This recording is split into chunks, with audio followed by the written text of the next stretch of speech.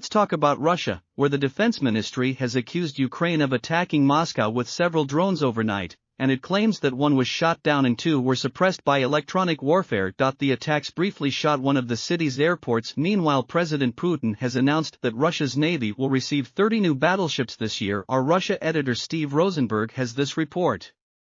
It was early morning in Moscow when this happened, an explosion at an office complex. Russia says it downed 3 drones that were targeting the capital. 2 of them smashed into the skyscrapers. No one was killed. Moscow says Ukraine did this. Kyiv has stayed silent. Vladimir Putin wasn't in Moscow at the time. The president spent Russia's Navy Day in St. Petersburgh. The commander-in-chief reviewed a parade of ships on the river. Russia's war in Ukraine has not gone at all to plan, but Kremlin choreography never misses an opportunity to encourage patriotic fervor and project an image of Russian power.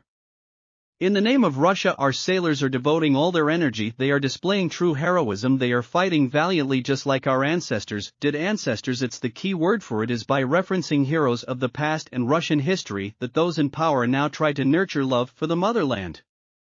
We saw just that outside Moscow this weekend. They were reenacting a 16th-century battle when the army of Tsar Ivan the Terrible crushed invaders from the south. Increasingly, Russians are being told they have a glorious, victorious past. The organizers of this event said that Russians can learn from this battle how to be victorious today. It feels to me as if in Russia today the past dominates the present. This is a country which lives in the past, which is constantly referring to the boss to try to justify what it is doing now, to portray Russia's actions today as right and just. Russians forward, they cry reenactments over the next battle. Russian fist-fighting, an ancient sport that comes with a message. Russians are determined to win. Steve Rosenberg, BBC News. Near Moscow. Meanwhile, 1 person has been killed and 5 injured after a rocket hit a building in the northeastern Ukrainian city of Sumy. These pictures came to us from Ukrainian emergency services. They claim to show the damage caused to what has been described as an educational institution.